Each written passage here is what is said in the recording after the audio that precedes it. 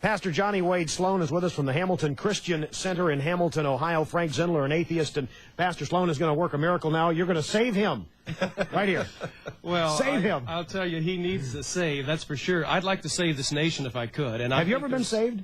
Have you ever been a Christian? I was brought up as a devout Lutheran. I had a scholarship to the Lutheran seminary. I was a church organist. God, you were going to be a preacher?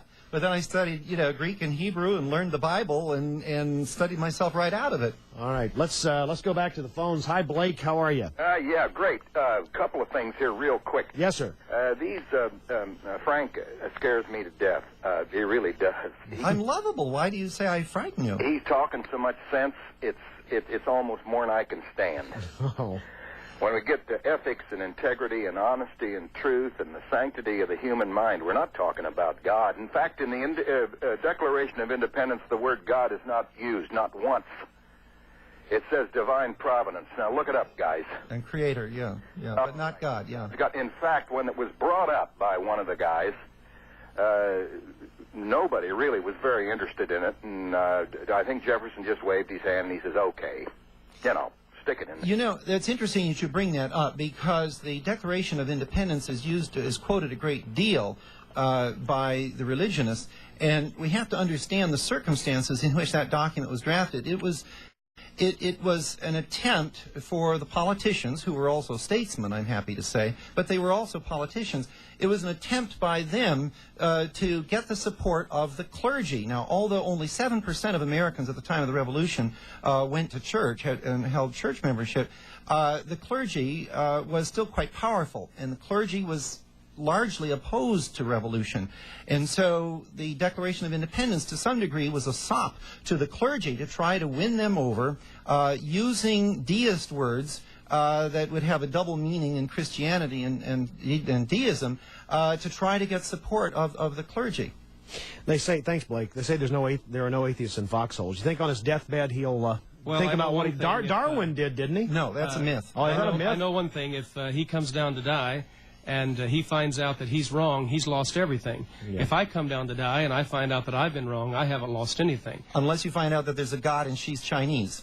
Well, I don't think that'd be a problem. We say hello to Bill from West Milton on a payphone. Hi. Hi, Mike. How you doing? Doing fantastic. You're on with Pastor Sloan and Frank Zindler. Okay, well, I just want to make a quick comment about something the atheist said a couple weeks ago on your show. Just about a half an hour ago, the man was not the atheist, but the other guy was reading something, quoting something, and the atheist said, well, I hate how you Christians take things out of context. Just 2 weeks ago, the same atheist was reading out of Matthew 6:6. Yeah. Said, go in your room and do it alone. Right. He took that out of context. No, that's perfect context. If Jesus said... Jesus was saying, don't do as the Pharisees do. Right. These guys think it's cool to go out in public and to be seen, and he was just saying, don't do what they do, do the opposite. And you took that whole thing. No, I said exactly what you've said, and furthermore, the conclusion was, go in your closet, privately, secretly is the word used, and pray the Lord's Prayer. Comparison, that isn't an exact thing that he wanted you to do. He was just saying, don't do as the Pharisees do. Well, he said, yes, and then he gives examples. He gives a series of examples of things the Pharisees do. Praying in public is one of them. Well, I'd be very happy to know, Frank, you were praying in your closet. Praying anywhere. Praying anywhere. Hey, thank you, Bill. Thank you, Bill. Bye. Bye-bye. Hi, Sue, a first-time caller from Middletown. You're on with our guests. Hi. I hope I can get this out. I do have a slight cold. My comment strictly is in regard to Madam O'Hara. Who, by the way, is the founder of the organization that Frank represents. Oh, really? Yes. Yes. And who, by the way, whose own son, Madeline's own son, thinks she's all wet now. Well, her other son is our national president. Yeah, so. go ahead. This was my comment with calling in. This was during the time period as to when I was a student in school. And I did try to help fight the issue, but of course not too many, I guess you would say, Christians would listen. They didn't think it would take hold like it did. But I think the greatest impact to the world was not the removal of the compulsory prayer in school that Madam O'Hara instituted due to her son, but I think the greatest impact that she had to help God was the fact that the boy, who was a student at the time, has now found the Lord, is a Christian, and is letting it be known worldwide. And I think behind all the evil, there is good that comes, and the Lord knew what was going on. That's right. In the See? 60s. Well, you know, I've had just him in my followed the church wrong for- that has nothing to do By the way, with Frank, the question I've- of whether God exists. You know, that's just his problem. That's true. That is his problem. But I think that has a mighty impact on the world, sir. Takes a lot to turn on your mother. It does. No, it takes a lot to turn And one on of your the mother. things that I've had Bill speak in my church, Bill Murray has been with me. I've prayed with Madeline Murray's son. He has spoken in my congregation. And Madeline Murray did not accomplish gaining the respect of her son. He talks about her hate. He talks about her self-centered life. The problem with your religion or non-religion, as you would view it, is that it sets up a system of self-deity to where you are the most important thing in existence, and it is the breakdown of integrity and morality. Well, It has you to can't be- it have has to be- morality with the Bible. If you imitate the Bible God, you will be worse than Hitler. The Bible God commands genocide, kill all the Midianites, the Perizzites, the Jebusites, and so on. Yeah. Jesus said, unless you hate your father and your mother, you cannot be my disciple. I came to bring not peace, but a sword. Stay as far away from imitating the Bible God as possible if you want to be moral. I don't know how, Pastor Sloan, I got to take a break. I don't know how people can go through life. And I'm not trying to stand up on a stump and preach the Bible. That's your job. But can go through life thinking there's nothing beyond, you know. Well, that's exactly right. And I won't have time to cover the material of this book. But I would be happy to make this book available to anyone who's interested. It's called America to Pray or Not to Pray, compiled by a friend of mine. The statistics inside this book are provided by our government. I only quoted the SAT scores a while ago and showed them. But no matter which approach you take, whether it's the morality or the parents, the divorce, whatever, you're going to find there's been a consistent change. And these charts are consistent with the year of 1962-63.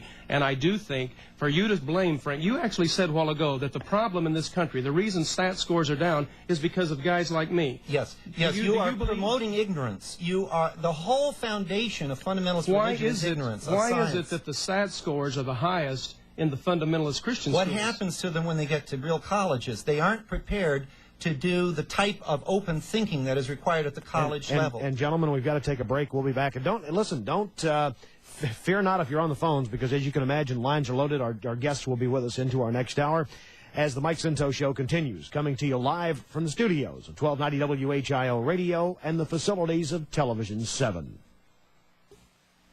I just glanced over at our wire service we have in here, Associated Press wire service, and I noticed that the Supreme Court maybe, it says, extended into extended session, and the abortion decision that we've been waiting for may not come down until Friday or Monday now, because they have 5 cases they're still working on. They're expected to give decisions on 4 of the 5, so we don't know yet. Nobody knows until they actually hand them down.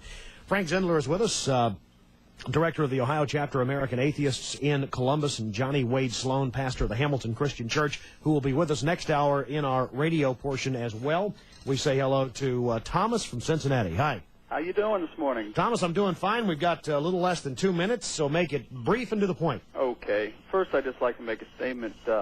First, I believe our country was built on God and hard work. And Amen. Hard work, I'll agree with. Okay. Yes, God also. Frank, I'd like to ask you a question. Why would our money have on our coins, in your pocket you have a quarter possibly.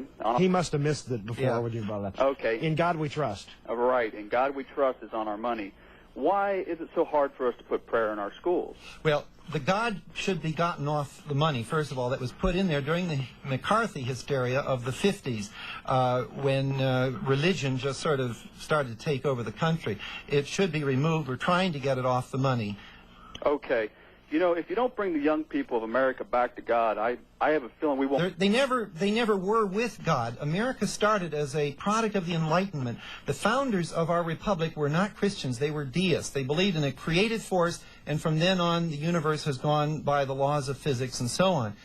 It was not a Christian nation, never has been. And they referred to Lincoln wrote a book on infidelity. The preachers in Lincoln's home territory wouldn't allow them to vote for Lincoln the infidel, and now he's become a Christian by the rewriters of history. Thomas, thank you. Gentlemen, thank you for the TV audience who's leaving us now, and we will be on 1290 WHIO Radio for another hour. Very quickly, dial an atheist. What's the number? Dial an Atheist is listed in the phone book in Columbus, Ohio. Directory assistance will give it to you.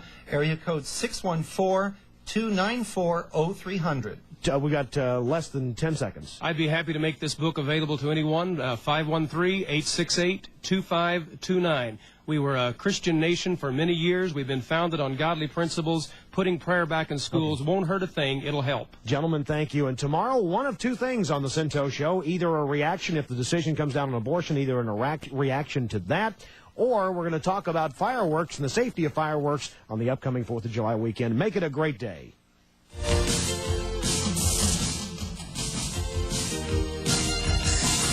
This simulcast segment of the Mike Scinto Show was a presentation of 1290 WHIO Radio and Television 7. Join us tomorrow morning for another exciting guest and conversation.